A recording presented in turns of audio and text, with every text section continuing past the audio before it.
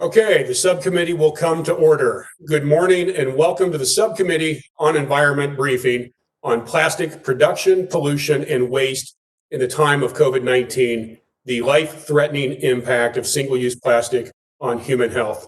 The briefing will cover the negative environmental and health impacts of America's increasing reliance on plastics, especially single-use plastics. I'd like to thank Vice Chair Tlaib and each of our briefers for joining us today and helping organize this briefing. I now recognize myself for an opening statement. As we are all aware, this is an unprecedented moment in our history of our nation. I would like to offer my condolences to the families, friends, and loved ones of the more than 132,000 Americans who have lost their lives as a result of the coronavirus. Our hearts go out to those who are grieving, and I want to take this moment to underscore this subcommittee's commitment to fight for clean air and water for all Americans. No one, especially during a pandemic, should be worried about the safety of the air they breathe or the water they drink. The need for today's briefing exists at the nexus of two ongoing public health crises: the coronavirus pandemic and the serious negative health consequences that people and communities across the country are currently facing as a result of our reliance on plastic, especially given this nation's superfluous consumption of single-use plastics. We know that every stage of the plastic life cycle poses significant risk to human health, and the majority of people around the world are exposed to plastic at multiple stages during this life cycle, starting from the production of plastic to the landfill or incinerator stage, where many single-use plastics end up. Nearly all of the plastic produced in the United States is manufactured from petroleum byproducts derived primarily from fossil fuels. And as this subcommittee has heard before, the extraction, use, and resulting emissions of these substances pose a number of threats to life on Earth. These threats are of heightened concern during the coronavirus pandemic. Research has shown that pre-existing respiratory and cardiovascular conditions are known comorbidities for COVID-19. These underlying conditions increase the likelihood of negative outcomes, including increased mortality for those who are exposed to the virus. This link is especially concerning when we consider the disproportionate impact on fence-line communities who are already facing challenges as a result of significant air pollution from the outsized impacts of petrochemical facilities and waste disposal sites, including landfills and incinerators. So what does this mean? The answer is foreseeable, but no less heartbreaking. It means that Americans who have disproportionately suffered through decades of industrial pollution, those in the majority low-income communities and communities of color, are currently fighting a war on multiple fronts, and their lives and livelihoods are at stake. For those living in an area in Southwest Louisiana, commonly known as Cancer Alley, this is nothing new.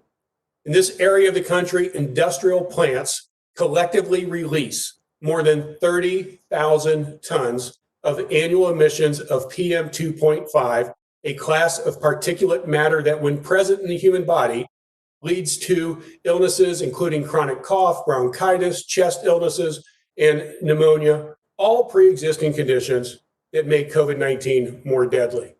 For those commonly overlooked, these struggles demand even more attention, and these continued injustices must not be ignored. To make matters worse, the health risk associated with plastics does not stop there. In fact, it's only the beginning.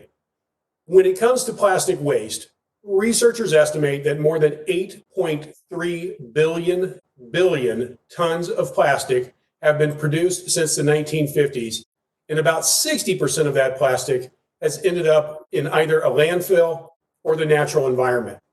From the 1950s to the 1970s, only a relatively small amount of plastic was produced, so the waste was fairly manageable. By the 1990s, however, plastic production increased and the amount of plastic waste more than tripled. In the early 2000s, our output of plastic waste grew more in a single decade than it had in the previous 40 years combined. Today, We produce approximately 300 million tons of plastic every year.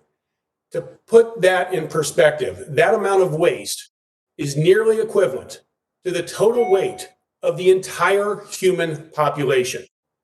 These statistics are troubling, especially when we consider the fact that approximately 42% of the plastic produced is designed for single-use packaging, and the means in which we dispose of this waste has serious negative health consequences.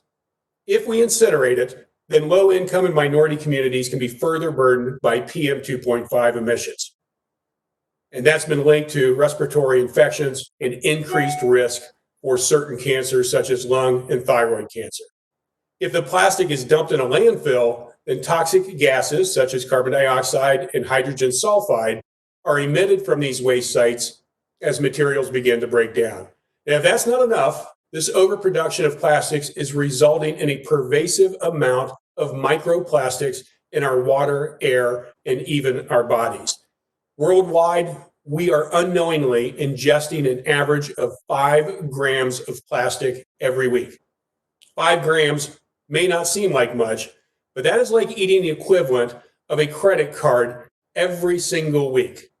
That is at least 52 credit cards per year. Are we supposed to believe that ingesting this is not harmful to our health?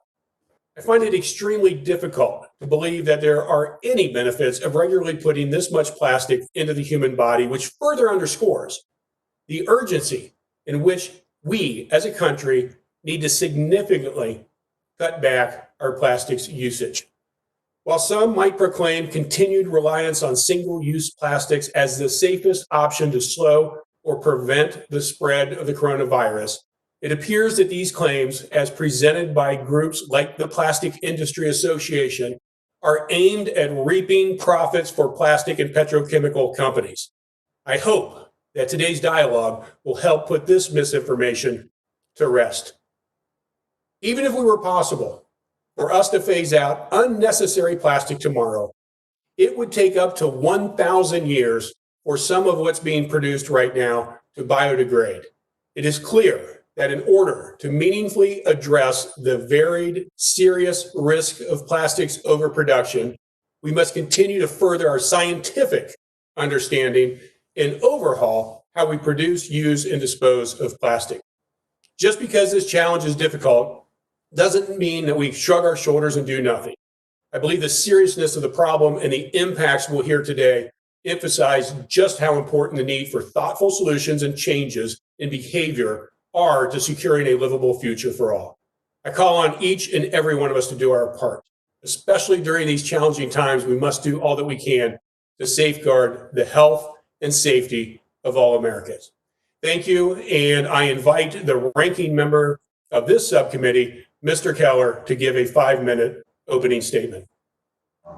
Thank you, Chairman Ruda. First, I'd like to congratulate our colleague and my good friend from Kentucky, Mr. Comer, on being named ranking member of the Oversight Committee. I'm also looking forward to working with Dr. Green as the new ranking member on this subcommittee. We're here today for a briefing about plastics usage during the time of COVID-19. I thank the witnesses for their willingness to appear before the subcommittee.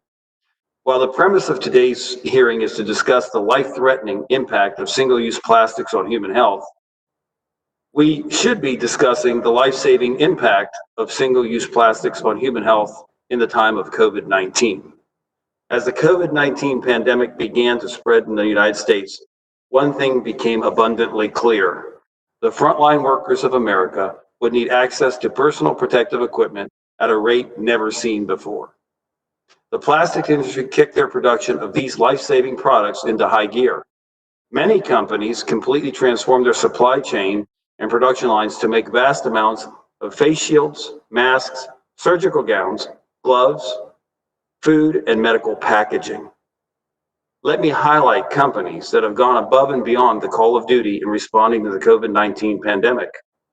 Playcon Corporation, working with engineers from the University of Wisconsin, adapted manufacturing lines to make 5 million plastic face shields every week for frontline healthcare workers. Playcon is also molding thousands of respirator masks and ear relief mask straps to donate to frontline healthcare professionals. Berry Global is manufacturing 150,000 face shields per week. In addition, Berry Global has experienced increased demand for the following items during COVID-19. Materials for face masks, non-woven materials for N95 respirators, protective apparel materials, surgical gowns and drapes, surface disinfecting wipes, bottles for disinfectant sprays, hand sanitizers, closures, and overcaps for hygiene products like disinfectant sprays and food packaging.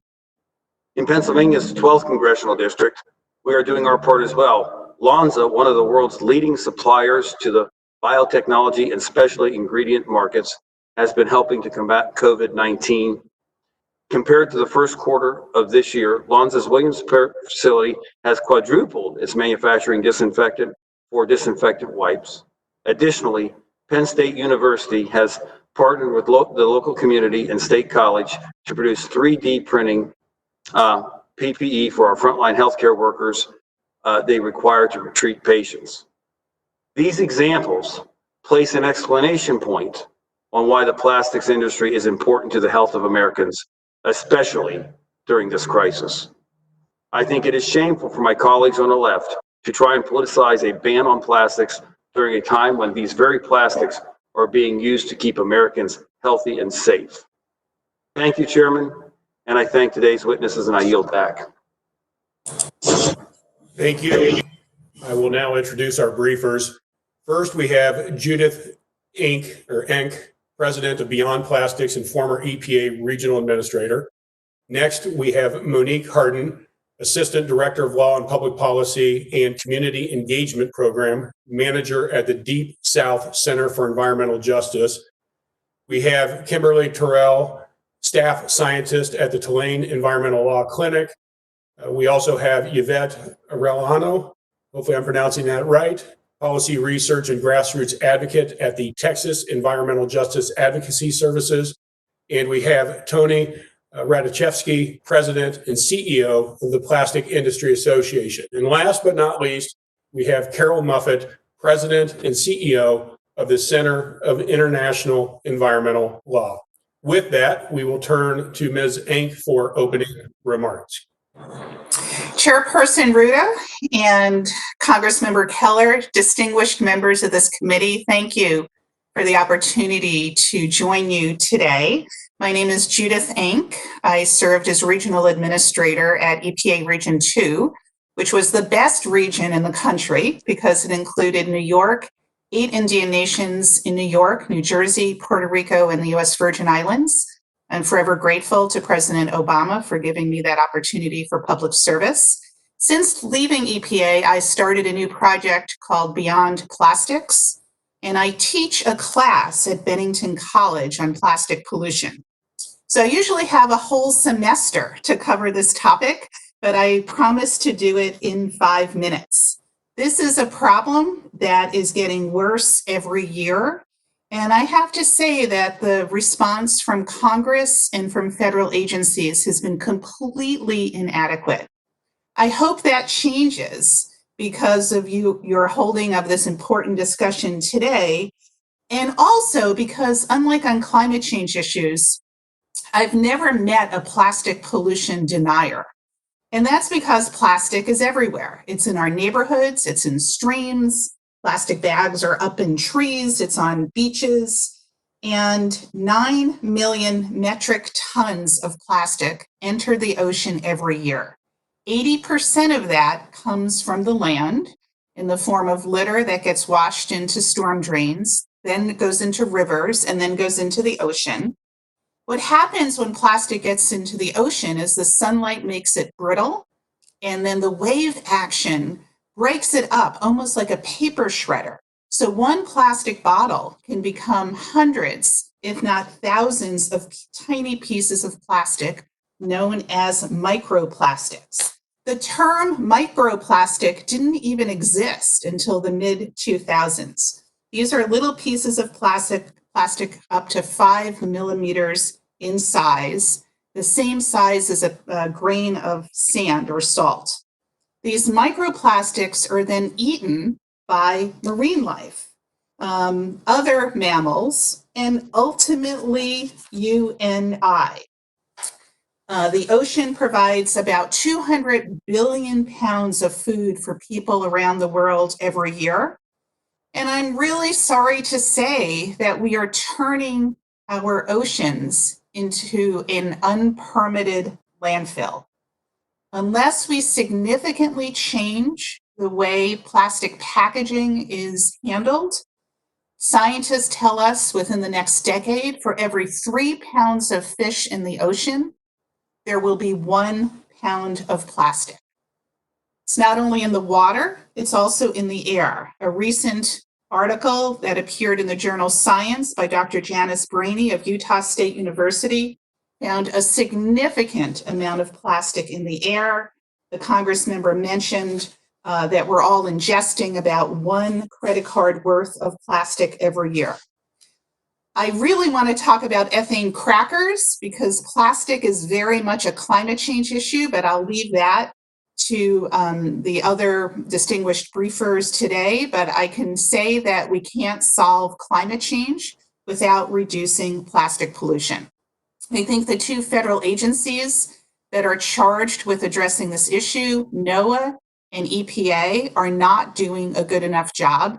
They're very much focused on dealing with plastic after it gets into the ocean and not preventing the plastic pollution at the source. A good way for all of us to think about this is, let's say you walk into your bathroom and the tub is overflowing. You're not going to take a cup and try to bail out that bathtub. You're going to reach to the faucet and turn off the tap of water and stop the flooding. That's what we need to do with plastic pollution. We need to turn off the tap. Recycling of plastics has not worked. The recycling rate is an anemic 8% compared to paper at 66%, glass at 27%, ferrous metals at 33%. And essentially, we're just producing too much waste. In 2017, we generated 268 million tons of municipal solid waste. That is not sustainable. I think the most important thing for members of Congress to do is pass the Break Free from Plastic Pollution Act introduced by Representative Lowenthal in the House and Senator Udall in the Senate. There's an important component in that act that puts a pause on the permitting of new ethane cracker facilities. And finally, I just want to say the data is there, the public is paying attention. What we need is for Congress to make this a priority. We need Congress to have the political will to act because every year the problem is just getting worse. Thank you. Thank you. Ms. Harden, you are now recognized for 5 minutes of testimony. Thank you, Chairman Ruda, Ranking Member Fred Keller, and members of this Environment Subcommittee. I appreciate your attention to the life-threatening impacts of plastic production, pollution, and waste, which, of course, is exacerbated by the coronavirus. In just 5 months, more than 132,000 Americans have lost their lives to COVID-19. 25% of the deceased are Black people, who comprise 12% of the US population. This disease seems to have found virtually every social determinant of health where racial inequity exists. I live in New Orleans, which suffers the highest number of people who have died from COVID-19 in Louisiana. In my work as an attorney at the Deep South Center for Environmental Justice, I support communities in the Gulf Coast region to engage in policy decisions and take legal action to improve environmental conditions. Chief among their concerns is the toxic pollution released by nearby oil, gas, and chemical manufacturing industries that includes plastic production. It is important to note the emerging trend in which an increasing amount of oil and gas production is not for energy supply, but for plastic materials. We are beginning to see plastic production drive oil and gas industry. A consequence of this is the displacement of African-American residents from the historic community of Mossville, Louisiana, to make way for an ethane cracker gas facility complex by the Sasol Corporation. Prior to being displaced, Mossville residents for decades suffered exposure to dioxins and other cancer-causing chemicals released by the largest concentration of vinyl plastic facilities in the US in their community. As I speak here today, children and adults across America are inhaling small particles released from plastic manufacturing and other industries. The inhalation of particulate matter is of significant health concern. Particulate matter measured at 2.5 microns, also known as PM 2.5, is smaller than the width of a strand of hair. It travels deep into the lungs where it damages the respiratory system and the cardiovascular system. Heart attacks and premature deaths have been linked to PM 2.5 exposure, and EPA standards for PM 2.5 do not prevent these serious ill health effects and deaths. A Harvard University study found that long-term exposure to PM 2.5 can increase the risk of hospitalizations and deaths from COVID-19. This long-term exposure is taking place in our neighborhoods and communities, where Black people are 79% more likely than whites to live in neighborhoods where industrial pollution poses the greatest danger to their health. So, where do communities exposed to toxic plastic manufacturing and waste focus their energy? Stopping the pollution. They work to build their technical knowledge and raise the funds to establish their own network of air monitors. This was accomplished by the group Achieving Community Tasks successfully in the Pleasantville neighborhood of Houston, Texas. They fight for fairness and proceedings by environmental agencies.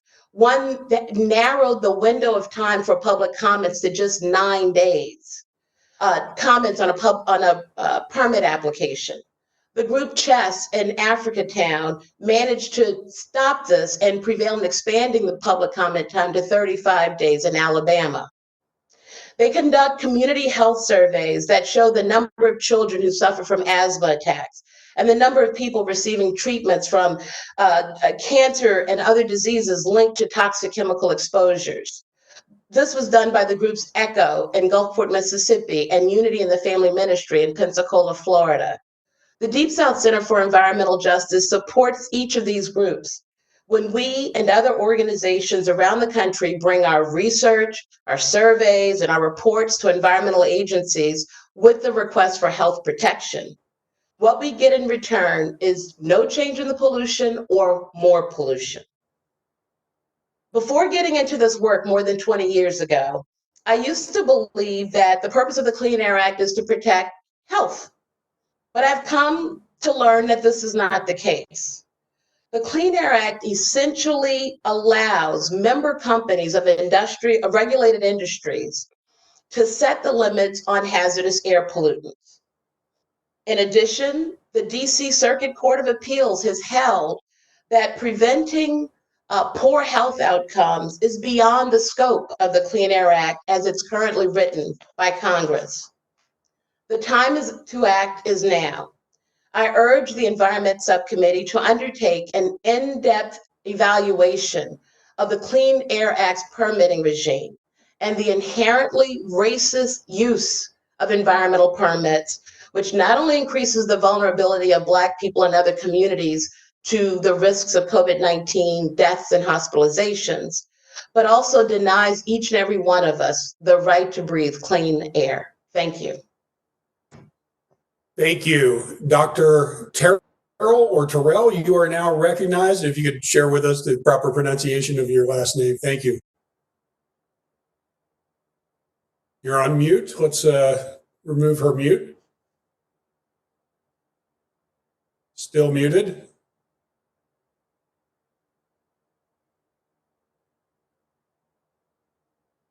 We're still not getting you to come through, and I think we've unmuted you on our end. I'm showing you.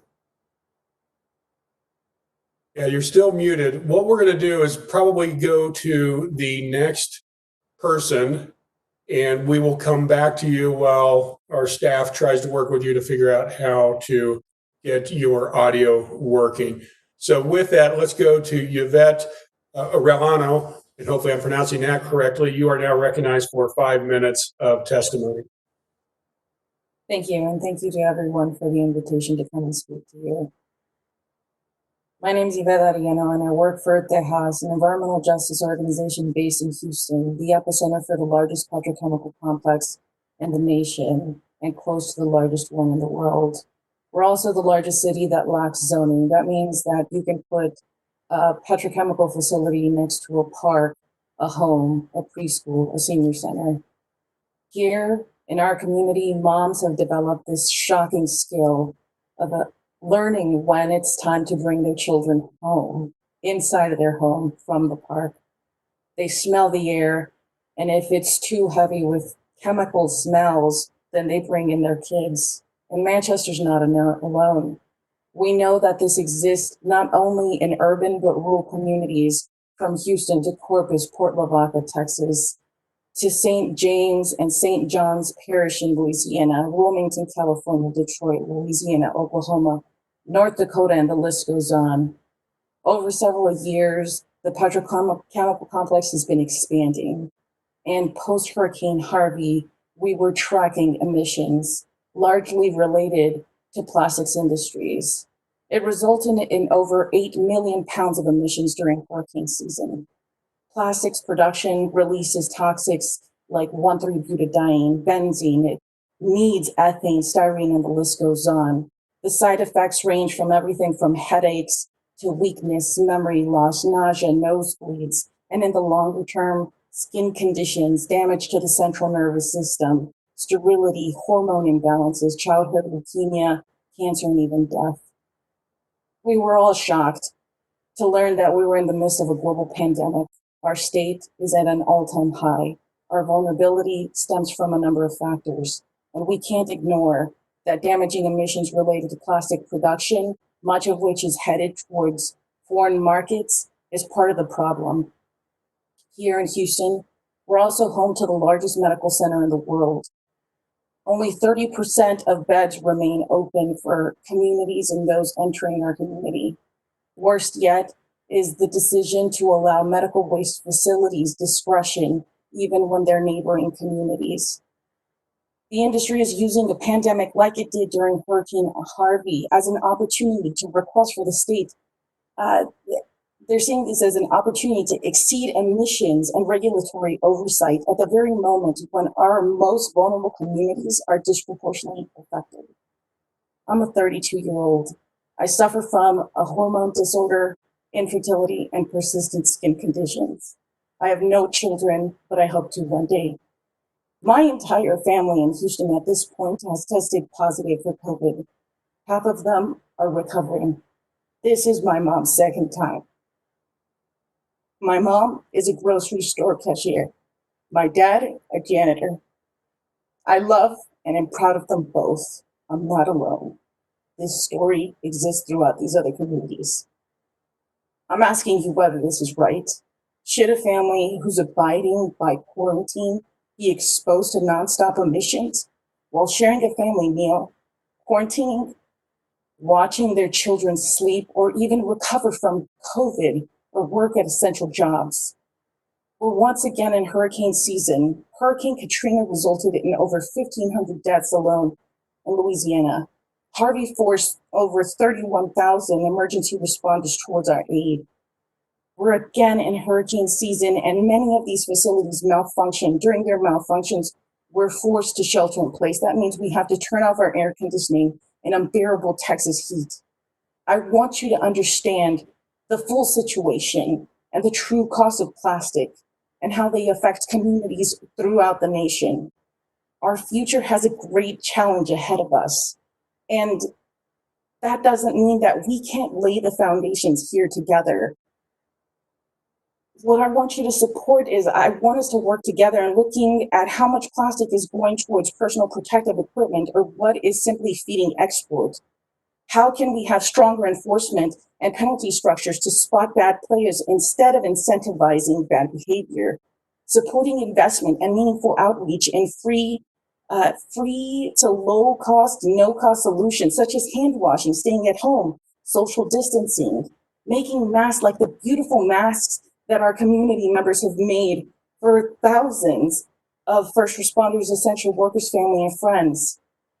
By strengthening NEPA to allow a working family, to not have to choose between missing work and attending a public meeting on a project that could adversely affect their health and their environment, to support the Breakthrough from Pollution Act and invest in healthcare access so a single mother doesn't have to traverse the entire city in search of a low-cost asthma clinic. And lastly, devising methods so that community members can understand the full impact and calling for cumulative studies and supporting those efforts like the EJ for All Act HR 5986. I'm sitting here using the tools and the avenues of public participation. Thank you for allowing me space to participate, and I'd be more than happy to answer questions. Thank you for your compelling testimony. Next, Dr. Terrell, are you with us? Yes, can you hear me? Yes, we can. Please, you have 5 minutes of testimony. You're now recognized. Thank you for this opportunity. My testimony reflects the concerns of many of our clients at the Tulane Environmental Law Clinic, where I serve as a staff scientist. These clients represent communities in Cancer Alley and other industrialized parts of Louisiana that have long been overburdened with toxic pollution. For decades, scientists have known that exposure to air pollution can increase people's risks from viral infections that affect the lungs and can also cause many of the same health conditions like lung cancer, COVID-19, and asthma that we now know to be risk factors for death from COVID-19. In particular, COVID-19 has been linked to higher exposure to air pollution like PM 2.5, a type of pollution that's produced from combustion, including from plastics manufacturing. There's a lot of concern about these issues here in Louisiana because our state has among the highest levels of industrial pollution, and as has been already recognized, has been hard hit by COVID-19. St. John the Baptist Parish, about 30 miles outside of New Orleans, has been reported to have the highest per capita death rate from COVID-19 in the United States. Residents of this community also have one of the highest cancer risks from air pollution in our country because of a plant that produces a substance called neoprene, which is used to make things like wetsuits and beer koozies. At the request of the concerned citizens of St. John, I recently completed a study of race, pollution, and COVID-19 in Louisiana. And I did this in partnership with the University of Memphis. We found that parishes that had higher COVID-19 death rates also had higher toxic levels of pollutants known to cause respiratory disease and, importantly, immune problems. What's more, our study clearly found that African American communities in Louisiana are disproportionately affected by both air pollution and COVID-19. Compounding this problem, the network of air monitors that EPA relies upon to protect public health is not adequate. Using publicly available data from satellites that measure PM 2.5, I found that almost none of the PM 2.5 monitors in our country are located in the areas of highest PM 2.5 pollution. How can EPA ensure that air is safe for everyone if states aren't monitoring the air quality in their most polluted communities? Our clients in Mossville know this firsthand. Their community has deep roots in African American history, but has been literally paved over by petrochemical plants. And the PM 2.5 monitor that Louisiana DEQ operates in this area for, quote, industrial oversight is actually 15 miles away, far away from Mossville and far away from the major industrial sources of PM 2.5 in this area. The field of public health is founded on the principles of precaution and prevention. Pregnant women were advised not to travel to areas with Zika virus even when there was scientific uncertainty about whether this virus caused any harm to the unborn child. Similarly, the burden of proof should be on industry to show the absence of risk from putting a petrochemical plant next to a community. There are many reasons why even the best health study might fail to detect health risks from air pollution.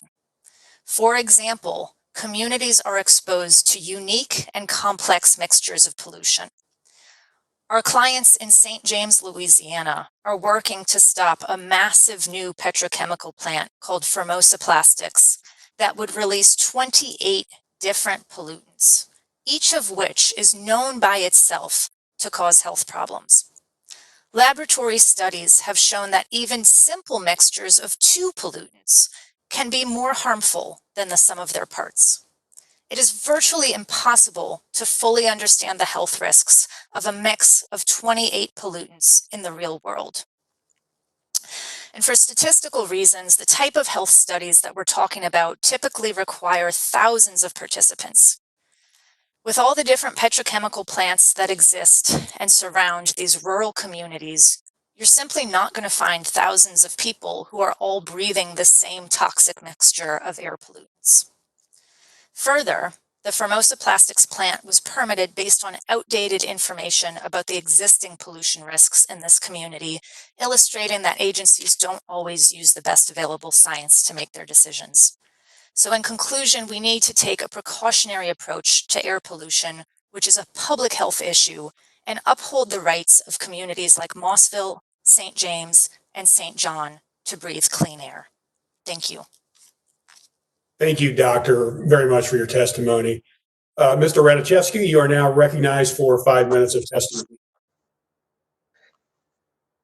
Chairman Ruda and Ranking Member Keller, it's an honor to sit before the subcommittee today as an important time in our nation's history as we confront an unprecedented public health crisis, and that is COVID-19.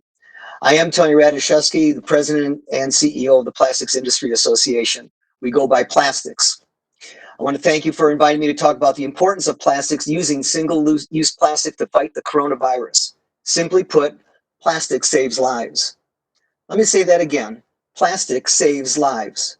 The truth bears repeating because the title of this hearing contradicts the advice of public health officials directing our country's response to coronavirus. The Centers for Disease Control, for example, recommends face masks and even disposable dining utensils to prevent the spread. The idea that single-use plastic medical products, including surgical gloves, masks, and other personal protective equipment, are life-threatening contradicts the advice of this subcommittee, which recently urged the president to use all his powers to increase production and distribution of masks, face shields, surgical gowns, isolation gowns, goggles, disposable caps, disposable shoe covers, and disposable gloves. Its hygienic properties, flexibility, durability, and affordability makes plastic an essential ingredient, not only in personal protection equipment, but also as packaging for food and medicine. The ability to meet the historic demand for complex equipment doctors and nurses use to treat the most severe COVID-19 cases, ventilators come top of mind, are directly a result of plastics. You see, plastic is one of the most advanced and useful materials humanity ever created, contributing to longer, healthier lives for people across the globe. Without it, disease and hunger would be more common, not less. And when it became clear the United States would need millions more face shields and masks, surgical gloves and gowns, drug packaging, and medical device components, our member companies and their employees sprang into action, rapidly transforming their operations to supply unprecedented demand. In fact, the federal government and elected state leaders designated plastic companies and their employees as essential businesses and workers crucial to our country's response to coronavirus. To keep the supply chain intact, employees at a plant in Pennsylvania volunteered to live there for almost a month, churning out the material used in a variety of personal protective equipment and food packaging. As president and CEO of the Plastics Industry Association, I'm proud to represent them and the nearly 1 million plastic employees in the United States. Our industry contributes hundreds of billions of dollars of economic value and good tax-paying jobs. Applications for plastic and scientific innovation are expanding every day, meeting the demands of consumers and innovators. Regarding the environmental impact, in my 40+ years of experience in the industry, I have never met a single person who believes any type of plastic should be discarded in the natural environment. I am disturbed as anyone else to see plastic waste, or any waste for that matter, where it doesn't belong. Research done with US consumers shows people like recycling, believe in it, and want more of it. So when it's possible to recycle, let's do that. The Bipartisan Recover Act, introduced last year in the House, would modernize US recycling infrastructure for the 21st century, thereby increasing recycling rates for every common household material, including paper, glass, and metals. When it's impossible to recycle single-use items responsibly for medical or sanitary reasons, we must do our part to dispose of them responsibly. Research also shows consumers are encouraged that single-use products can be used for other purposes. Our industry has and continues to develop technologies to repurpose plastic waste into new applications found in the business, building and construction industry, roads and highways, and apparel, just to name a few.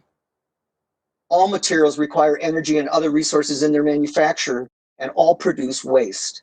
However, over its entire life cycle, in most applications, plastic requires less energy and conserves more resources than glass, paper, or metal, saving fuel, energy, and money, especially for busy working families.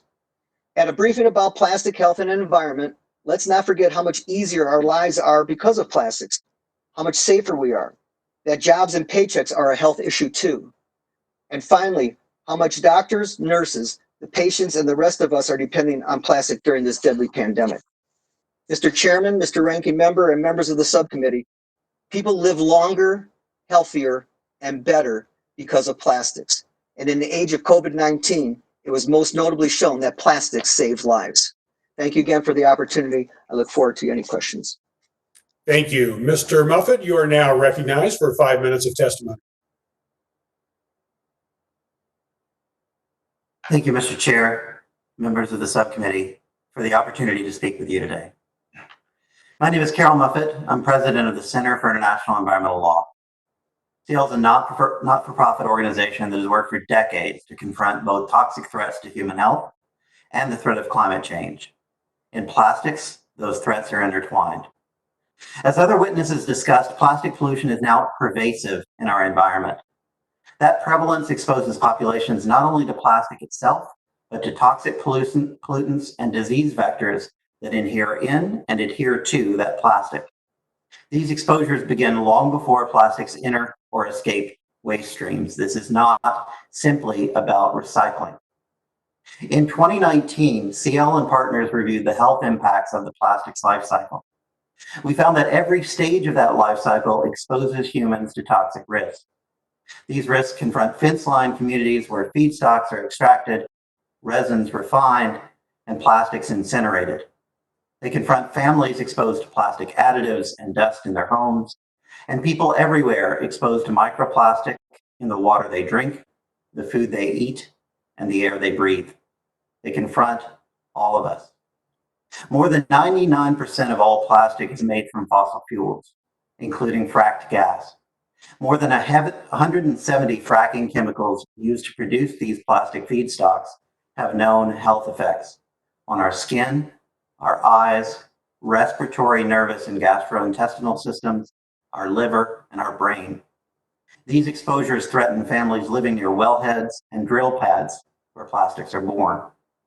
Refining fossil fuels into plastic resins and additives releases toxics known to impair the nervous system, lead to reproductive and developmental problems, and cause cancer. As others have shared, these impacts fall disproportionately on the communities of color where most petrochemical plants are located, increasing their vulnerability to other environmental and disease risks. In the home, plastic products and packaging expose families to ingestion and inhalation of microplastic particles and hundreds of toxic substances with carcinogenic, developmental, or endocrine disrupting impacts. The full scale of these impacts remains unknown because the chemical composition of most plastics is, at the request of the companies, not disclosed. and the effect of cumulative chemical exposures is rarely assessed. Nor do the risks end when plastic is thrown away or recycled. Plastic waste management technologies release lead, mercury, dioxin, and acid gases, among other toxins, with workers and surrounding communities most exposed and most affected. Once in the environment, plastic contaminates agricultural soils, food chains, and water supplies, where it can leach or concentrate toxins, making them bioavailable for human exposure. Despite its pervasive presence, research into the impacts of environmental plastic remains limited. Our profound knowledge gaps are apparent in recent news that microplastic is accumulating even in pristine regions, and that microplastics in agricultural soils can be transported to edible portions of food crops. The plastic life cycle also threatens our health through its growing role in the climate crisis. The fracking boom has fueled a massive expansion in plastic production, with industry investing more than 340 new or expanded facilities by 2025. On our current trajectory, capacity for plastic production will expand 40% by 2025 and more than triple by 2050, releasing greenhouse gases at every stage of its life cycle. By 2050, the production and use of plastics will generate 56 gigatons of cumulative carbon emissions, equal to 13% of the Earth's entire remaining carbon budget. The COVID pandemic is compounding these risks. Plastic producers, as we've seen today, are exploiting the pandemic to roll back existing regulations on single-use disposable plastics, stop new initiatives, and promote increased use of disposable plastics under the guise of public health. Let's talk about public health and plastics, but let's tell the whole story. And these companies are working with the Trump administration to roll back or stop enforcement of vital environmental and safety standards for the facilities. This increases the risk of both systemic exposures to toxins and of accidents or explosions that trigger exposures on a larger and deadlier scale. As Houston's experience with Hurricane Harvey demonstrates, the accelerating impacts of the climate crisis further compound those risks. And as the country enters another climate-fueled hurricane season in the midst of a global pandemic, these convergent realities could not be more urgent. The production, use, and disposal of plastics puts workers, communities, families, all of us at risk. Addressing the plastic crisis must reflect that underlying reality, and it must begin with dramatically reducing the amount of plastic entering our economy, our homes, our environment, and our bodies. Thank you. Thank you. At this time, I'd like to recognize Vice Chair Tlaib, who has done an extraordinary job of helping us navigate this subcommittee. I had the privilege of being in her district. I saw firsthand how her constituents and residents are being subjected to the air and water pollution, and her commitment to make sure that their lives can be improved by bringing the focus that they deserve and the protections they deserve. And with that, recognize Vice Chair Tlaib for 5 minutes of questioning. Thank you so much, Chairman. And I tell you, still to this day, for our subcommittee on environment to come to the most polluted zip code in the state of Michigan, 48217, in the shadows of Marathon Petroleum Refinery, it spoke volumes to our commitment to making sure that everyone has access to clean air and clean water. As the chairman said, I represent 12 communities within Wayne County, which has not met Clean Air Act standards for over a decade. So unfortunately, many of my constituents and I are no strangers to experiencing the health effects of living in a community that is heavily polluted by fossil fuel production. We need to understand that the health problems and illnesses that my constituents experience in Detroit and throughout Wayne County are caused by corporate polluters. These are the same challenges that communities, so I think it is important today to talk about this link between plastics manufacturing, greenhouse gas emissions, and the toxic air that communities in Louisiana and Texas are experiencing every day. So I want to ask, is Ms. Enck, I hope I'm pronouncing her, what are some of the health risks associated with living near petrochemical plants? I know you talked a little bit about that, but I want to ask you to kind of talk about it further. Sure. So unfortunately it's many things. The EPA and state environmental regulators hand out permits to pollute. They don't, and when I say they, it used to be me at EPA, so this is some self-criticism. State and federal regulatory agencies do not do a good job looking at cumulative impacts. So you can have one smokestack here that meets Clean Air Act standards and one a half a mile away. They don't look at both at the same time. That said, the Clean Air Act has been very effective. It was signed into law by President Nixon, updated by President George Herbert Walker Bush. It all comes down to enforcement, making sure that the letter of the law is followed. If it's not, you have an increase in, for instance, PM 2.5 particulate emissions. The Harvard School of Public Health has documented that if there are high levels of PM 2.5 in the air, your body is less able to beat back viruses, including COVID-19. The Formosa facility that is being reviewed for expansion in Louisiana will significantly increase benzene emissions, a suspected carcinogen. When I work with communities, people are so often surprised at these permits to pollute and the amounts of material that are allowed to be emitted into the air. And of course, the whole issue of PFAS chemicals is now on the surface. So clean air is about good health, and agencies are not doing a strong enough job on enforcement. They have the tools if they want to use them. No, I know, and absolutely. And I'm so sorry to interrupt, but I think it's really important, and I want it in congressional record. I mean, 40% of the people that died of COVID in Michigan were African Americans, even though African Americans make less than 15% of the total population. And you look at communities like the one where we had the hearing here in Michigan, it's overwhelmingly African American that live in the shadows of a lot of this industry. But Mr. Muffett, would you describe the link between plastics and the climate change a little bit further? It is really critically important that we understand a lot of these impacts in COVID were same conditions and what was going on in our environment before. Yeah, I think the links between plastics and climate change are fundamental, in part because it's many of the same companies making the product. Exxon, Chevron, Shell, these are not only major producers of fossil fuels, they are major producers of plastic. Why? Because plastics are 99% of fossil fuels. And as the industry sees the writing on the wall that our dependence on fossil fuels for energy and transport will end because it must end, the industry has made a massive gamble that it can offset those lost profits by increasing society's dependence on plastics. And so we are seeing a massive investment in new infrastructure for plastics production. The challenge with this is that investment comes with increased greenhouse gas emissions at literally every stage of the life cycle. We see increased emissions with methane leakage from wellheads and pipelines. We see increased emissions from the refining processes themselves, which are profoundly energy intensive, among the most energy intensive of all industrial processes and among the fastest growing. Thank you. And even once plastics enter into the environment, they continue to release greenhouse gases on an ongoing basis.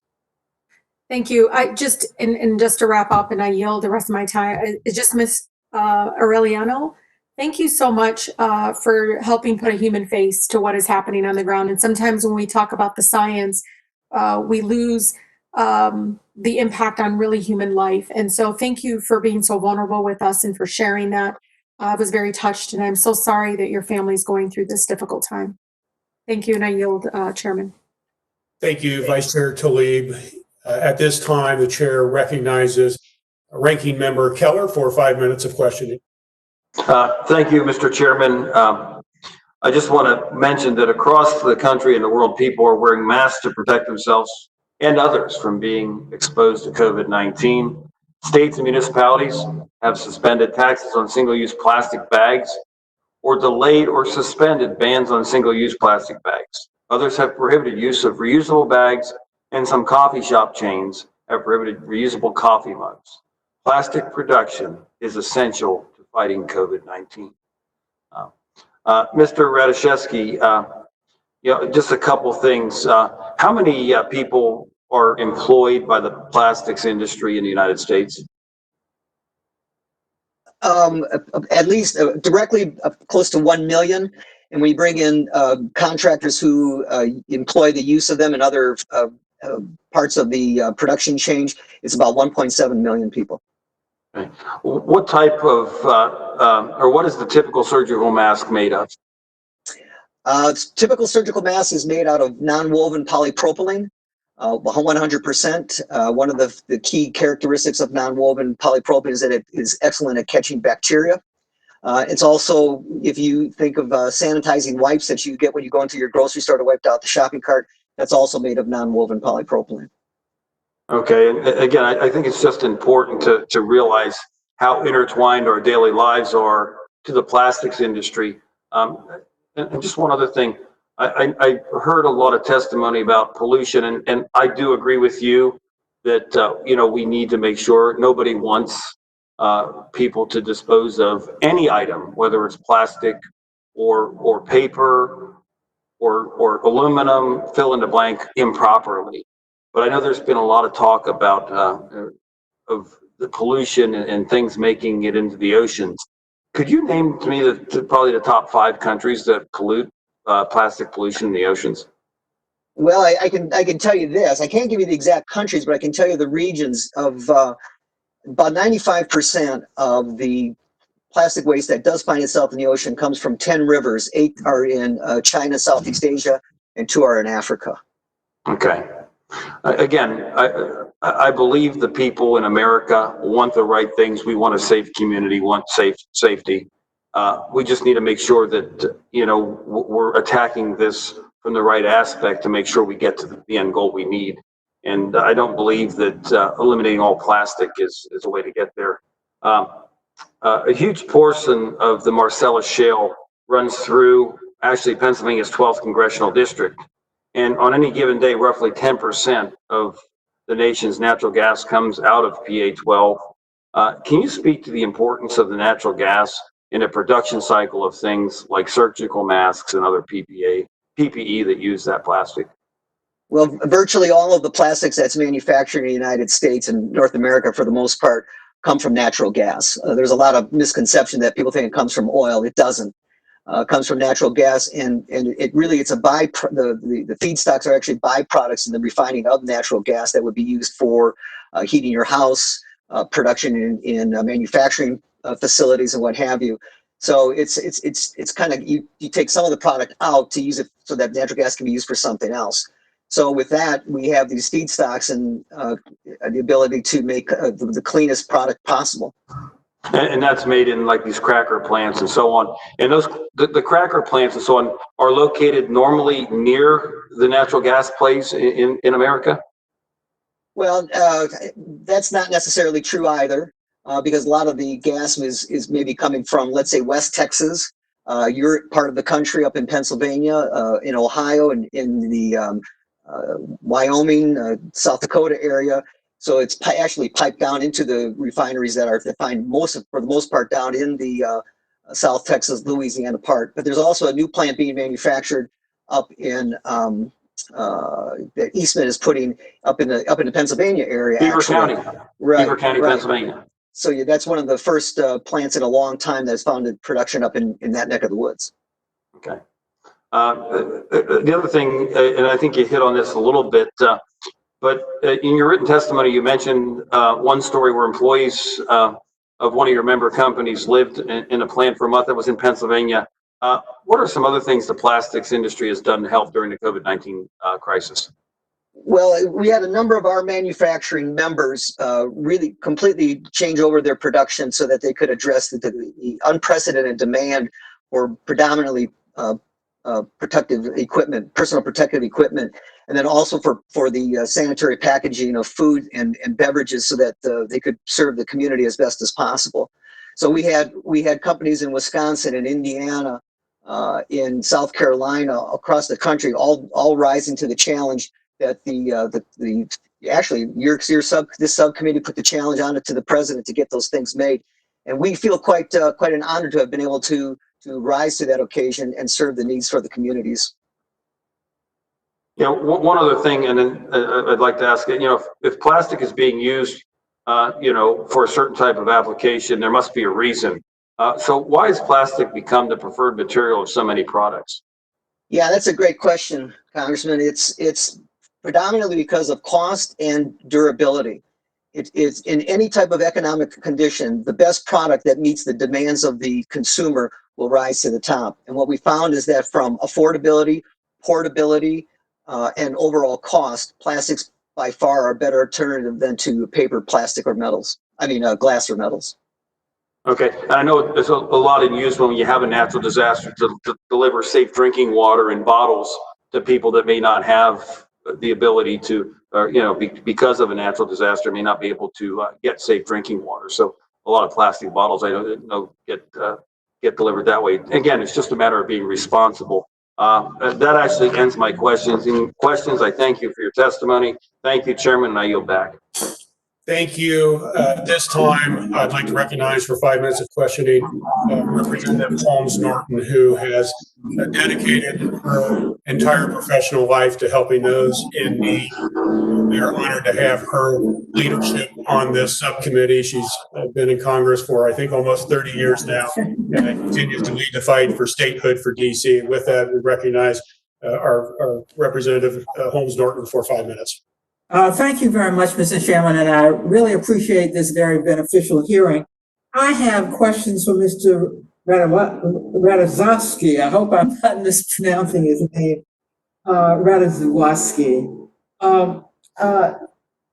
Sir, there's no mistaking that our lives, as the ranking member said, are intertwined with plastic. No one is suggesting that we could get along today without plastic. There are many beneficial uses for plastic. This subcommittee is interested in reducing the known harms for plastic. Now, I'm interested in whether the industry is interested in some of the compromises that even some from this side of the aisle have come forward. For example, there is a bill pending in the House, and it's pending in the Senate, that would place a moratorium on new plastic manufacturing. Then I noticed that there are, that underway are more than 260 new facilities to expand the plastic industry. Given the kind of disagreement you see on this subcommittee, why not simply agree that a moratorium on new facilities rather than expansion of facilities, given the disputes and the science, would be salutary for all concerned? Congresswoman, that's a great question. We have to recognize that plastics find themselves used in a wide variety of applications in different types of industries, including automotive, aerospace, the medical industry. So, you know, we focus on the single-use part, but you know, even if 40% is the number, and that can be debated, but the other 60% is used in so many different applications. And because of the unique characteristics of plastics and the different types of plastics, what they've been able to do is replace more costly, more energy wasteful materials, so that the demand for plastics is a consumer-driven and it's a design-driven material that finds itself to be the best alternative. So to put a moratorium on the expansion of production for a product that is in high demand seems to be not the right way to go. So you really believe there would be a shortage if we put a moratorium with all the plastic? I would, because the other thing too, you have to realize that these manufacturing facilities have to go through, they age, they eventually pass their life expectancy and have to be replaced. So when we talk about new capacity coming on, that's not also always the effect of adding more product. It's replacing what had been there before. In your testimony, sir, you did speak about recycling, and I want to have you expand on that, because the figures I have show that more than 90% of plastics are not recycled. I wish you would expand on what your industry could do, what we could do as consumers to encourage more recycling. Yeah, thank you for that question. It's a great one. The recycling rate of plastics is horrible. I'll be the first to admit it. The ability to use those products again are in high demand. Our industry wants to do it. Our end users, some of the biggest brands that you're familiar with, Coca-Cola, Pepsi, SC Johnson, are all pledging to use more recycled content, and we admire that and support it. We've been developing technologies or supporting technologies for years to improve the efficiency of recycling. Our challenge is collecting it. There's a lot of municipalities that don't collect it, or if they do, they don't have the technology to separate it as they can paper or metals. And so we've been investing as an industry in those technologies to make the sorting of different plastics much more economical and more efficient, so that product brands and consumers who actually use this prefer products that have recycled content in it. We're all for that. One more question. There's great concern that so many about bottled water in particular. And one of the products used for it is the concern is with polypropylene, which is one of the main ingredients in bottle caps on bottled water. And I wonder if, again, you can see me looking for ways to mitigate rather than simply dispose of a element that is widely used. But it is one of the main ingredients used to make bottle caps. Why not make bottle caps out of more disposable material than polypropylene? Well, so polypropylene, the reason it's used in caps, again, it's the most efficient product for that application. But having said that, there are tremendous numbers of after-use applications where polypropylene can find its use in, and one of them is in water pipes for underground infrastructure. It's been shown that the use of polypropylene and recycled polypropylene in that area. Well, how do you gather that from a bottle cap? Well, firstly, you have to get the bottle cap into the recycling center, right? That's the first challenge. Okay.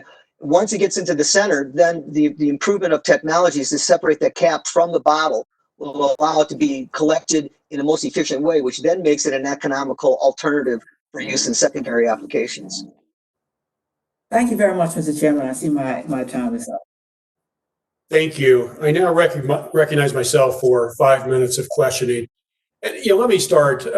Mr. Radoszewski and Representative Keller, I do appreciate the observation of how important plastics are in our everyday life, as well as combating COVID-19.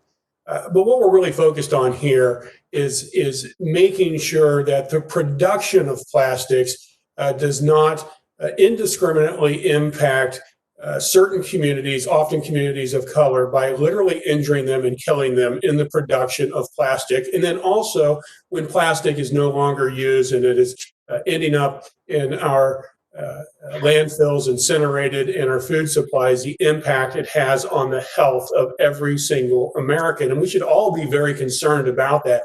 And this is not a left issue, as was pointed out in the ranking member's comments. This is an American issue that we should care about the health and safety and well-being of all Americans. And yes, plastic will continue to play a role in our everyday lives. But if we can reduce the impact it has on, again, communities of color as well as all Americans, that should be a bipartisan effort, which I'll talk about a little bit more. In my opening remarks, I recognize that we had 300 million tons of plastic produced worldwide each year. Half of that amount created specifically for single-use items. Mr. Muffett, given the amount of plastic we are manufacturing, what are the main ways that the plastic is entering our food supply and ultimately our bodies? Certainly. The plastic is entering our food supply and our bodies from a wide array of pathways. And indeed, we're only now coming to understand those pathways. Plastics have been documented in drinking water, both bottled water and municipal water supplies around the world. They've been documented in salt. They've been documented in honey. They've been documented in seafood products collected around the world. And they have been found widespread in agricultural soils, which is important because we now know that plastics migrate into the actual edible parts of the plants. And so plastics are finding their way into our body through all of those routes. They're also coming in through a much more direct pathway, and that is every time we inhale, every time we touch a surface in our homes, there is microplastic dust that is shed from these products. There are microplastic fibers and dusts that are literally in the air all around us, raining down even in pristine regions. So we are constantly inhaling plastic at every moment.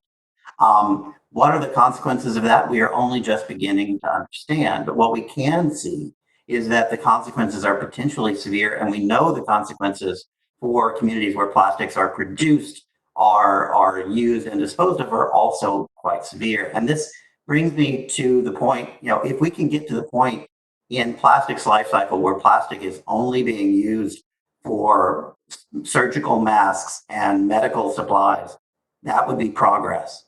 But the truth is the industry was already massively expanding its production of plastics infrastructure before the COVID pandemic ever emerged. And the reason was not medical supplies. The reason was profit motive. And I think our concern is that if we're going to talk about the relationship between plastics and the pandemic and the relationships between plastic and health, we should talk about the full life cycle, not just a snapshot that the industry wants to focus on right now. Thank you, Mr. Muffett. And you touch on the fact that there's dangerous chemical compounds found in the plastic themselves. One fairly well-known example is bisphenol, commonly referred to as BPA, a lab-made compound that has a similar structure to human hormone. And then when ingested, BPA can cause disruptions in the human endocrine system. Another example is vinyl chloride, confirmed human carcinogen by the U.S. Department of Health and Human Services, which can leach out of PVC plastic and cause impairment of the central nervous system. Ms. Enck, what are some of the health impacts of exposure or ingestion of these substances by our fellow citizens? Well, it's a range, and it depends on how much is being consumed, but a number of these are suspected carcinogens. Can also affect, if it's lead, in addition, lead is also a problem. It can affect our children's ability to learn. There are lots of good information out there. A terrific report, What's in the Package, Unveiling the Toxic Secrets of Food and Beverage Packaging, is a report put out by Clean Water Action, and it's just page after page of potential health risks when plastics leach into food. I think most people know by now, do not put plastic in the microwave. Be very careful with anything acidic in polystyrene cups, like a cup of tea. There was a McGill University report out of Canada that showed microplastic in tea bags. So definitely don't put tea in polystyrene, because you might get the double dose of the microplastics in the tea bag and then the styrene leaching from the cup. And styrene is a suspected carcinogen. So this is an area that needs a lot of attention. And what I appreciate, Congressmember, the way you framed this is we've got to look at the whole life cycle, not just production, but production, use, and then disposal.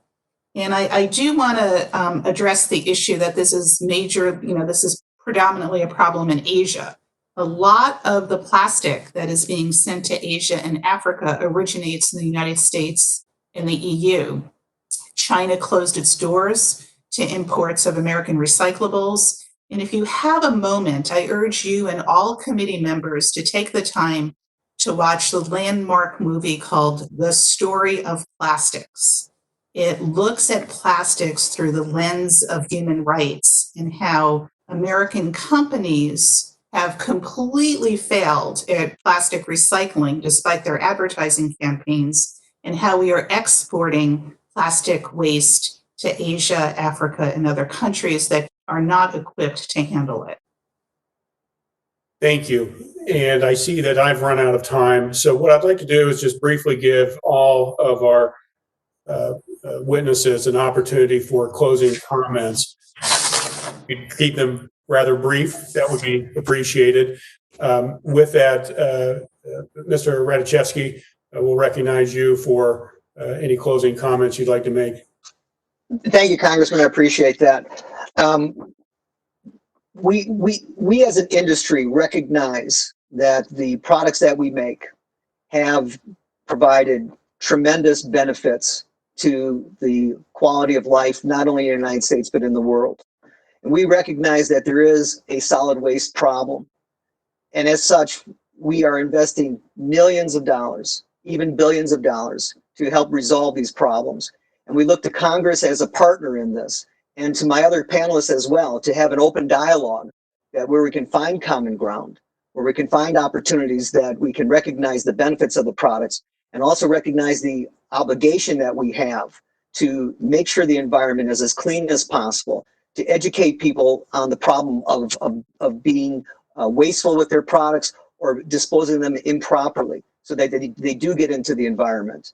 I've never seen a bottle on the shelf walk off the shelf by itself and end up in somebody's lawn. So we have to understand that there's also a cultural issue as well, and would look forward to working with Congress, both in the House and the Senate, on bipartisan bills. We had the opportunity to talk with Senator Udall and Congressman Lowenthal to understand that we want to work together with you to find solutions that are beneficial for all. Thank you. Thank you. Yvette, you want to go next, please? Thank you.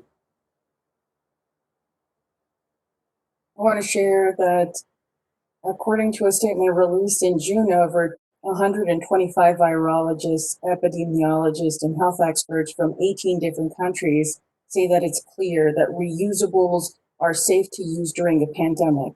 My mom is a grocery store cashier. This is her second time with COVID. I urge folks watching and those folks on the committee to bag their own groceries. You would be doing a service to the worker and to yourself.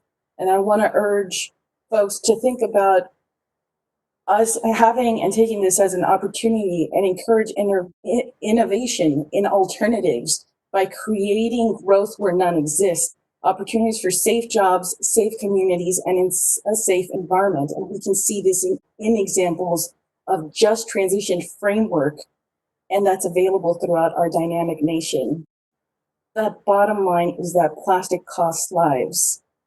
For everyone living in my entire apartment complex throughout the 52-mile stretch of petrochemical facilities, Cancer Alley, even in Pennsylvania, where folks in Pennsylvania and even the Attorney General are asking for 2,500-foot setbacks. What I'm saying is be considerate and understand that there's a community living right next door, feet away from a facility gate. And the cost of plastic is lives. Thank you. At this time, Ms. Harden, if you'd like to take a minute or two for closing comments. Ruda. Thank you, Chairman Ruda. I'd like to take this opportunity to put the focus on the people who bear the cost of plastic production. It's not the plastic industry. It's not their lobbyists. It's people who live on the fence line of their manufacturing facilities. Small, obscure, tucked away communities. In Louisiana, we have lost, because of plastic manufacturing and the petrochemicals that feed it, we have lost historic African American communities. They no longer exist because of the toxic poisoning and because of the expansion of those facilities. Revealtown, Morrisonville, Diamond, Mossville, Bel Air, all communities that were in place, in existence, founded and settled by Black people who emancipated themselves, and some emancipated after the Civil War. That history is lost. What's left there are the grave sites of these communities, and over those grave sites are the towering smokestacks, storage tanks, and processing units of petrochemical facilities.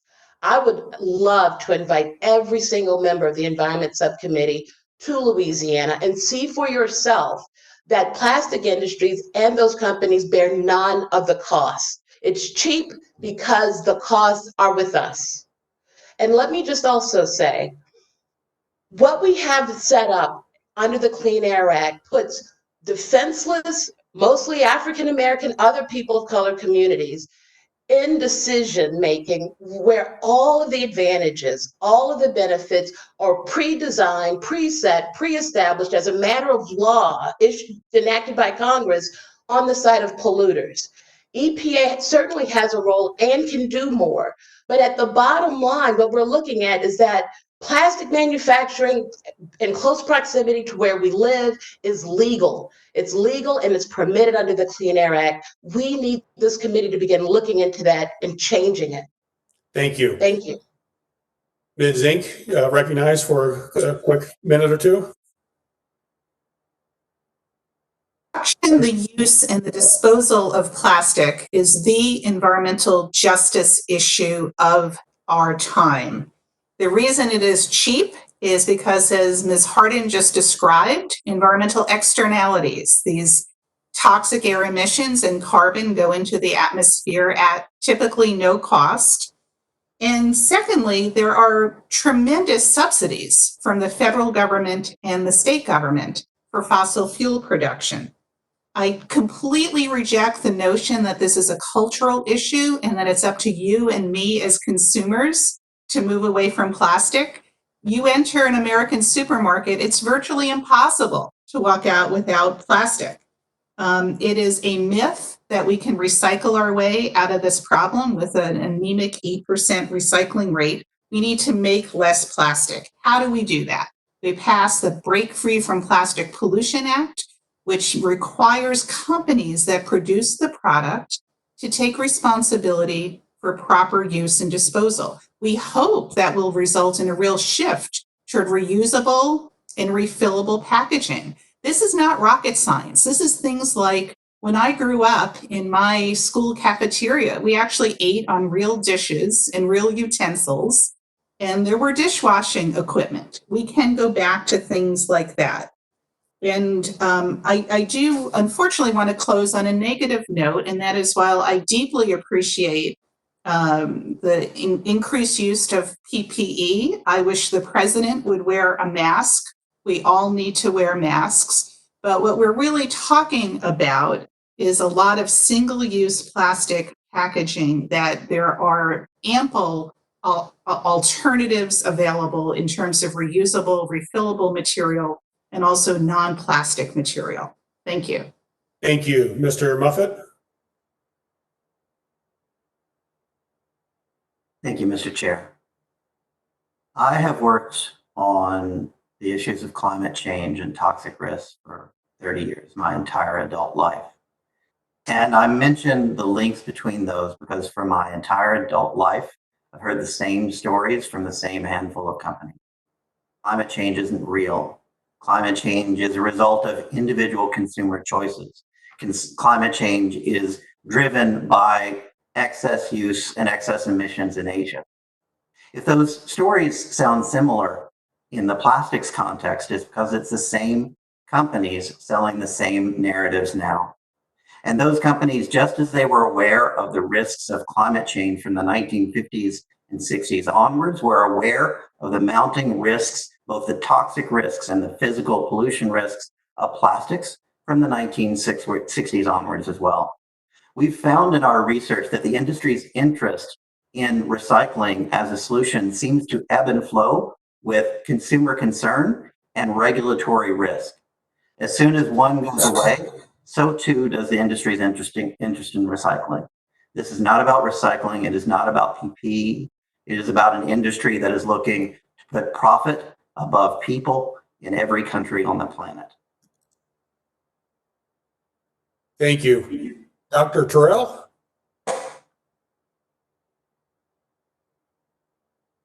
Doctor? Thank you. Thank you. We've talked about essential products, and I would just ask, is it essential that these products be produced next to people's homes, next to communities of color? Is it essential that our clients who are school teachers and nurses and veterans who have served their country now have to come home and choose between living on the land that they grew up on or breathing clean air? Research has shown that pollution follows the path of least resistance, right? Communities of color were there first, and then these petrochemical plants came in because these communities have been marginalized and have not had a voice in environmental decision making. And we can have conversations like this, but I would invite anyone, like Monique said, to come down to Louisiana and let's have these conversations on the front porch of homes like Larry and Carl and Ann and Eve and Pastor Joseph and others who are real people who look out their front door and see these plants that no person should have to live next to. And as has already been said, when we talk about the costs, it's not the costs to the industry and the consumer, it's also the costs to the community members, to the Americans who just want to breathe clean air. So thank you all for taking the time to talk about this important issue and hearing the voices that we represent of communities of color. Thank you. I'm going to turn now to my closing remarks. I'm proud to sponsor HR 5845, the Break Free from Plastic Pollution Act that Representative Alan Lowenthal and Senator Tom Udall introduced earlier this year. I commend the bill's effort to address this serious problem at the source by taking steps to reduce the amount of disposable plastic we use and encouraging a shift towards reusable materials and other alternatives. Polluters should not be allowed to continue to have harmful waste that they create and paid by taxpayers and not participating in that cost. The Break Free from Plastic Pollution Act would require producers of packaging and other single-use plastic items to play a role in financing and managing waste and recycling programs. This is part of a larger effort to spur investments in much-needed domestic recycling and composting infrastructure. This legislation would take important steps to ban certain unnecessary single-use plastic products that are not recyclable and places fees to curb use of carry-out bags. The bill also places a temporary pause on new plastic facilities until EPA updates and creates important regulations on those facilities. Bottom line is, unless we take action to address the sources of this pollution, the effects will continue to compound and future generations will suffer as a result of our inaction.